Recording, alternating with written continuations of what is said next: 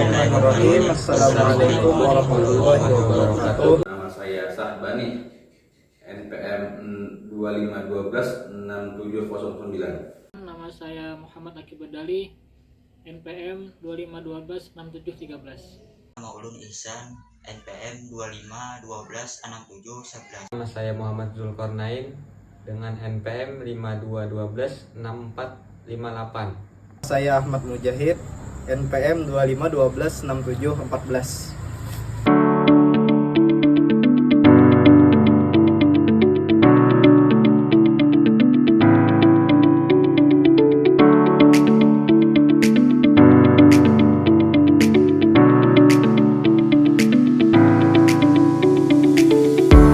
Saya Sahbani bersama teman-teman dari kelompok 4 kelas 2F program studi pendidikan agama Islam Institut Agama Islam Darussalam Martapura.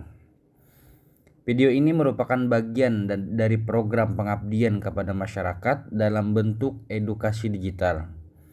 Pada kesempatan ini kami akan membagikan hasil mini riset yang berjudul Analisis Kaidah Rasam Utsmani dalam Mushaf Standar Indonesia, khususnya pada juz 29. Dalam penelitian ini kami meneliti ayat-ayat pada juz 29 untuk menemukan contoh-contoh kaidah Rasam Utsmani yang terdapat dalam Mushaf Standar Indonesia. Salah satu kaidah yang kami temukan adalah al-hadzaf, yaitu penghapusan huruf dalam tulisan, tetapi cara membacanya tetap sama. Contohnya terdapat pada surah Al-Mulk ayat 5, yaitu bimasobiha.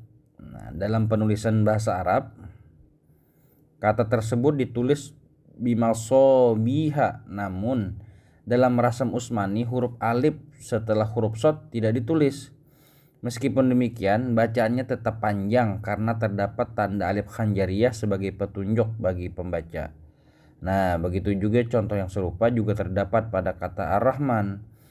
Pada kata ini huruf alif setelah huruf mim tidak ditulis, tetapi tetap dibaca panjang sesuai kaidah bacaan Al-Quran. Nah, dari contoh tersebut kita dapat melihat bahwa Rasam Utsmani memiliki aturan penulisan yang khas dan telah diwariskan sejak masa para sahabat hingga sekarang sebagai bagian dari upaya menjaga keaslian. Nama saya Muhammad Akib Badali. Jadi saya di sini ingin meneruskan pembahasan tentang contoh-contoh kaidah Rasam Utsmani yang terdapat dalam Mushaf Cetakan Indonesia. Baik, yang kedua adalah az-ziyadah. Az-ziyadah adalah penambahan huruf dalam tulisan.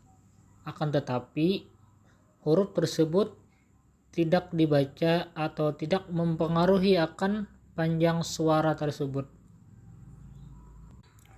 Adapun huruf yang biasa ditambah yaitu ada 3. Yang pertama adalah alif, yang kedua waw, dan yang ketiga adalah ya. Kita ambil contoh dari surah Al-Mulk ayat 6, yaitu pada kalimat kafaru, dan juga dalam surah Al-Qalam ayat 17, yaitu pada kalimat aqsamu. Di akhir dua kalimat tersebut terdapat alif tambahan setelah waw jamaah. Nah, huruf alif ini tertulis jelas dalam mushaf, akan tetapi ketika kita membaca, suara kita berhenti di huruf waw. Seperti ada, akan tetapi tidak dianggap ada. Adapun di mushaf Indonesia, alif tambahan ini ditandai dengan bulatan sukun kecil di atasnya atau biasa disebut dengan sifir mustadir, yaitu sebagai pembaca tidak membacanya dengan panjang. Nama saya Muhammad Zulkarnain. Di sini saya menerangkan keterangan al-badal, pengganti huruf. Kaidah ketiga adalah al-badal, yaitu pengganti suatu huruf dengan huruf lainnya dalam penulisan. Tetapi cara membacanya tetap disesuaikan dengan bunyi aslinya. Contoh yang paling masyhur dalam ilmu rasam secara umum adalah pengganti huruf alif menggunakan huruf waw. Pada kata as-shalah, jika ditulis dengan ejaan Arab biasa, kata tersebut ditulis as-shalah. Namun dalam rasam Utsmani, huruf alifnya diganti dengan huruf waw. Cara membacanya tetaplah as-shalah menggunakan bunyi alif panjang, bukan as-halwah, karena di atas huruf waw tersebut sudah diletakkan tanda alif kecil sebagai pemandu bacaan. Sementara di dalam juz 29, contoh kaidah badal ini dapat kita temukan pada penulisan alif yang diganti menjadi huruf ya. Seperti pada surah Al-Mulk ayat 22 pada kata yamshi, di mana huruf ya di akhir kata tersebut berfungsi mengganti posisi harokat atau huruf mad asli sesuai dengan kaidah rasam penulisan kata, benda, atau kata kerja tertentu. Ulun Ihsan, di sini ulun akan melanjutkan pembahasan dari kawan ulun, yaitu pembahasan rasam Utsmani, yaitu kaidah yang keempat, yaitu kaidah hamzah. Kaidah hamzah mengatur tentang tata cara penulisan hamzah, baik hamzah qat'a maupun hamzah wasal, yang memiliki aturan khusus apakah ia harus ditulis di atas alif ataupun di bawah alif, menumpang pada huruf lain atau berdiri sendiri di atas garis. Contohnya dapat kita lihat pada surah Al-Mulk ayat 8 pada kata sa'alahum. Pada kata ini hamzah ditulis menumpang di atas huruf alif karena ia berharakat fathah dan terletak di tengah kata setelah huruf yang berharakat fathah juga. Dibandingkan dengan surah Al-Mulk ayat 2 pada kata Al-Mauta, di sini terdapat hamzah wasal di awal kata yang ditulis berupa huruf alif dengan kepala huruf shad kecil di atasnya alif. Huruf ini berfungsi sebagai jembatan bacaan saat dibaca bersambung, namun akan dibaca sebagai hamzah berharakat fathah jika kita memulai bacaan ibtida dari kata tersebut.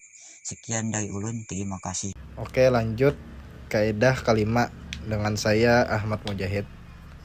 Di sini saya akan menjelaskan tentang al-wasal dan al-fasal, penyambungan dan pemisahan kata. Kaidah kelima dan terakhir adalah al-wasal dan al-fasal, yaitu aturan mengenai apakah dua kata yang secara makna terpisah harus ditulis menyatu, yakni disambung, atau tetap dipisah di dalam mushaf. Contoh kaidah al-wasal yakni disambung di dalam juz 29 dapat kita temukan pada surah Al-Mulk ayat 6. Kalau di PPT ini ayat 12, mungkin tersalah ini di PPT-nya. Nggih. Ya, bisa kita temukan di Al-Mulk ayat 6 pada kata lilladzina. Kata ini asalnya terdiri dari dua kata, yaitu huruf jar lam, li, dan kalimat alladzina. Dalam penulisan rasam Utsmani, kedua kata ini wajib diwasal atau ditulis menyatu menjadi satu kata utuh, sehingga langsung diberikan tanda tasydid pada huruf lam yang kedua menjadi kalimat lilladzina. Sementara contoh al-fasal yakni dipisah bisa kita lihat pada susunan kata benda yang tidak melebur dengan partikel di depannya, sehingga penulisan antar katanya tetap memiliki jarak atau spasi yang jelas sesuai fungsi gramatikal masing-masing. Kemudian hasil analisis dan kesimpulan. Dari hasil penyisiran dan mini riset yang kelompok kami lakukan terhadap mushaf Al-Quran cetakan standar Indonesia pada juz 29, kami menarik beberapa kesimpulan penting sebagai output pengabdian masyarakat ini. Kesesuaian mutlak. Mushaf Al-Quran cetakan standar Indonesia sudah sepenuhnya sesuai dan patuh terhadap kaidah-kaidah buku rasam Utsmani, baik dalam hal kaidah hazab, kaidah ziyadah, kaidah badal, kaidah hamzah, maupun kaidah wasal fasal.